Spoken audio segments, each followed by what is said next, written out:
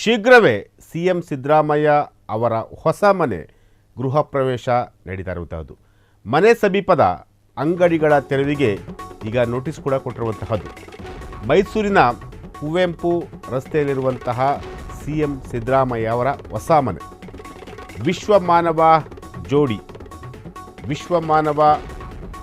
ಜೋಡಿ ರಸ್ತೆಯಲ್ಲಿ ಹೊಸ ಮನೆ ಗೃಹ ಪ್ರವೇಶ.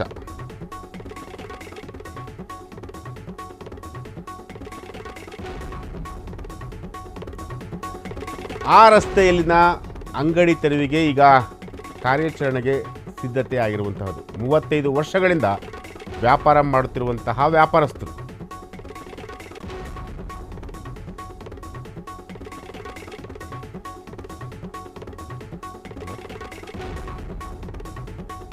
ಹೇಳಿ ಸರ್.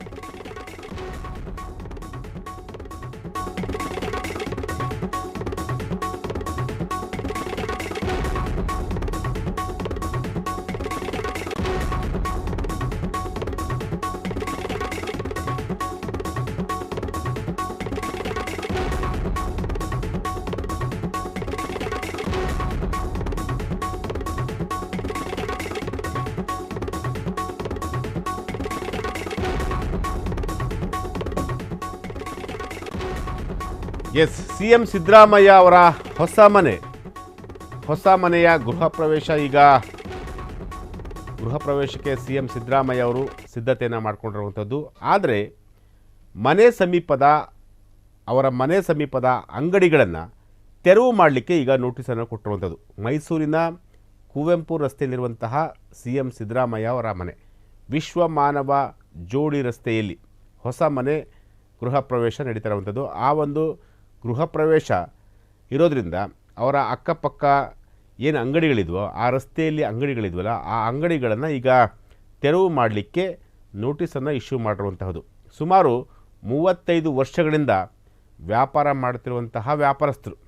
ಸೊ ಇದು ಸ್ವಲ್ಪ ಕಾಂಟ್ರವರ್ಸಿಗೆ ಕೂಡ ಎಡೆ ಮಾಡಿಕೊಡ್ತಾ ಇದೆ ಅಂತ ಹೇಳ್ಬೋದು. ಯಾಕೆಂತಂದರೆ ಸಿಎಂ ಸಿದ್ದರಾಮಯ್ಯ ಅವರು ಈಗಾಗಲೇ ಹೊಸ ಮನೆಯನ್ನು ಕಟ್ಟಿಸಿರುವಂತಹದ್ದು ಎಲ್ಲರೂ ಕೂಡ ಗೊತ್ತಿರುವಂತಹ ವಿಚಾರ. ಆದರೆ ಅಲ್ಲಿ ಅವರ ಮನೆ ರಸ್ತೆಯಲ್ಲಿ ಸುಮಾರು 35 ವರ್ಷಗಳಿಂದ ವ್ಯಾಪಾರ ಮಾಡ್ಕೊಂಡು ಬರ್ತಿರುವಂತಹ ಬೀದಿ ಬದಿಯ ವ್ಯಾಪಾರಸ್ಥರಿಗೆ ನೋಟಿಸ್ ಇಶ್ಯೂ ಮಾಡಿ ಅವರನ್ನು ಖಾಲಿ ಮಾಡಿಸುವಂಥ ಒಂದು ಕೆಲಸವನ್ನು ಸಿದ್ದರಾಮಯ್ಯ ಅವರು ಈಗ ಕೈ ಹಾಕಿರುವಂಥದ್ದು. 100 ಮೀಟರ್ ಒಳಗೆ ಇರುವ ಅಂಗಡಿಗಳನ್ನು ತೆರವು ಮಾಡಲಿಕ್ಕೆ ಈಗ ಹೊರಟಿರುವಂಥದ್ದು. ಮನೆ ಸುತ್ತಲಿನ ಅಂಗಡಿ ತೆರವಿಗೆ ಪಾಲಿಕೆ ಕೂಡ ಈಗ ಸಿದ್ಧವಾಗಿರುವಂಥದ್ದು. ಟೀ, ಹೋಟೆಲ್ ಮತ್ತು ಹಾಗೆ ಫಾಸ್ಟ್ ಫುಡ್ ಇವನ್ನ ಅಲ್ಲಿ ತೆರವು ಮಾಡಬೇಕು ಅಂತೇಳಿ ಈಗ ಸೂಚನೆಯನ್ನು ಕೊಟ್ಟಿರುವಂಥದ್ದು. ತೆರವು ಮಾಡುವಂತೆ ಮಾಲೀಕರಿಗೆ ನೋಟಿಸನ್ನು ಇಶ್ಯೂ ಮಾಡಿರುವಂಥದ್ದು.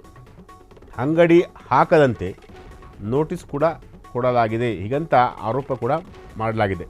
ಸಿಎಂ ಮನೆಯ ಕೂಗಳತೆಯಲ್ಲಿರುವಂತಹ ಅಂಗಡಿಗಳೇ ಈಗ ಟಾರ್ಗೆಟ್ ಆಗಿರುವಂತಹದ್ದು.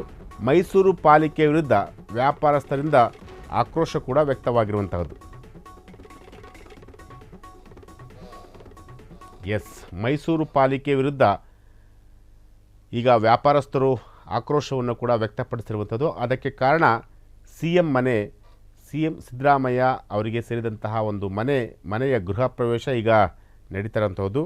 ಸೊ ಆ ಗೃಹ ಪ್ರವೇಶ ನಡೆಯುವಂತಹ ಸಂದರ್ಭದಲ್ಲಿ ಅಂದರೆ ಸಿಎಂ ಸಿದ್ದರಾಮಯ್ಯ ಅವರ ಹೊಸ ಮನೆ ಅಕ್ಕಪಕ್ಕ ಅಥವಾ ಆ ಒಂದು ರಸ್ತೆಯಲ್ಲಿರುವಂತಹ ಅಂಗಡಿಗಳನ್ನು ಕಂಪ್ಲೀಟಾಗಿ ತೆರವು ಮಾಡಬೇಕು ಅಂತೇಳಿ ಈಗ ಸುಮಾರು 35 ವರ್ಷಗಳಿಂದ ಆ ರಸ್ತೆಯಲ್ಲಿ ಕೆಲಸ ಮಾಡ್ತಿದ್ದಂತಹ, ಆ ರಸ್ತೆಯಲ್ಲಿ ಅಂಗಡಿಯನ್ನು ಹಾಕ್ಕೊಂಡಂತಹ ಮಾಲೀಕರಿಗೆ ಈಗ ನೋಟಿಸನ್ನು ಇಶ್ಯೂ ಮಾಡಿರುವಂಥದ್ದು. ಇದು ಎಲ್ಲೋ ಒಂದು ಕಡೆ ವ್ಯಾಪಾರಸ್ಥರಿಗೆ ಸಾಕಷ್ಟು ನೋವು ಕೂಡ ತಂದೊಡ್ಡುವಂತಹ ಒಂದು ವಿಚಾರ. ಜೊತೆಗೆ ಮೈಸೂರು ಪಾಲಿಕೆ ವಿರುದ್ಧ ವ್ಯಾಪಾರಸ್ಥರು ಆಕ್ರೋಶವನ್ನು ಕೂಡ ವ್ಯಕ್ತಪಡಿಸ್ತಾ ಇರುವಂಥದ್ದು.